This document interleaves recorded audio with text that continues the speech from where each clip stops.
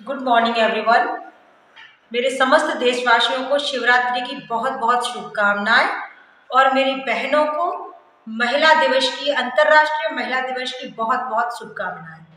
हम जानते हैं कि बहुत संघर्ष के बाद, बहुत सारी परेशानियों समस्याओं के बाद आज आप एक सम्मानपूर्ण स्थिति में खड़ी हुई हैं और केवल अपना ही नहीं बल्कि समाज को भी प्रेरणा देने का काम कर रही हैं।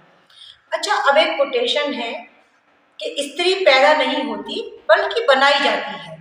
तो इस कोटेशन से, इस वाक्य से आप क्या समझते हैं? मैं समझती हूँ कि जब हम अपनी बेटी से कहते हैं कि मजबूत बनो, तो क्या हम कमजोर हैं? जब हम कहते हैं कि भाई तुम्हारी रक्षा करेगा, तो रक्षा किससे करनी है? रक्षा तो भाई से ही करनी है।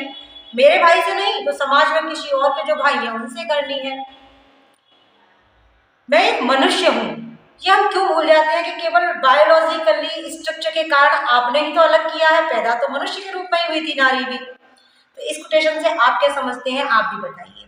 अब जब मैं समाज में देखती हूँ तो दोहरा प्रोस्पेक्टस मेरे सामने आता है। एक तरफ मैं देखती हूँ कि देश के सबसे बड़े पद पर प्रथम महिला मेरी जो प्रथम नागरिक है वो राष्ट्रपति है, श्रीमती द्रौपदी मुर्मू जी, श्रीमती प्रतिभा पाटिल जी।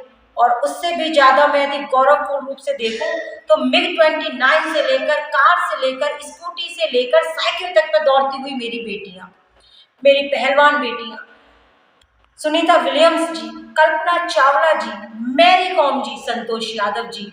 और उसमें ही एक सशक्त उदाहरण यदि मैं दूं तो कई वर्षों तक एक सशक्त प्रधानमंत्री के रूप में नाक को चने दबा देने वाली और विश्व के बड़े बड़े देशों के सामने अपना परचम लहराने वाली श्रीमती इंदिरा गांधी जी।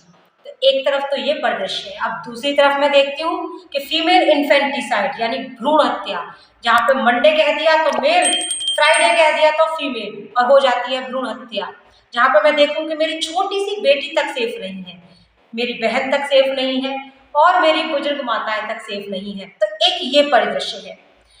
हमारे अब की नारी की जो थीम है, जो महिला दिवस की थीम है, वो है लैंगिक समानता। तो मैं बस विनम्र निवेदन करना चाहूंगी अपनी सभी बहनों से कि हमें अपनी परवरिश को थोड़ा सा बदलना होगा, थोड़ा सा अंतर लाना होगा हमें। और वर्तमान सरकार से भी और भावी सरकार से भी हाथ जोड़कर विनम्र निवेदन करूंगी कि इस भेदभाव को दूर करने में अपनी व्यवस्थाओं को इतना कड़ा करें आप कि मन का जो दानव है, जो बुरी नीयत है, जो बुरी भावना है, वो निकलने में डर है। यदि ऐसा होगा तभी एक स्वच्छ समाज का हम लोग निर्माण कर पाएंगे। बहुत सारे वादे, बहुत सारी दोगली बातें होती रहती हैं, लेकिन जरूरत है कि बहुत सारे वादे, बहुत सारी बातें न कर कर एक लैंगिक समानता को करने के ऊपर हम ध्यान दें और पूरे वर्ष सोचें कि पूरी तत्परता दें, पूरी तन्मयता से हम लैंगिक समानता लाने की कोशिश करेंगे। जय माँ भवानी, जय भारत माँ। धन्यवाद।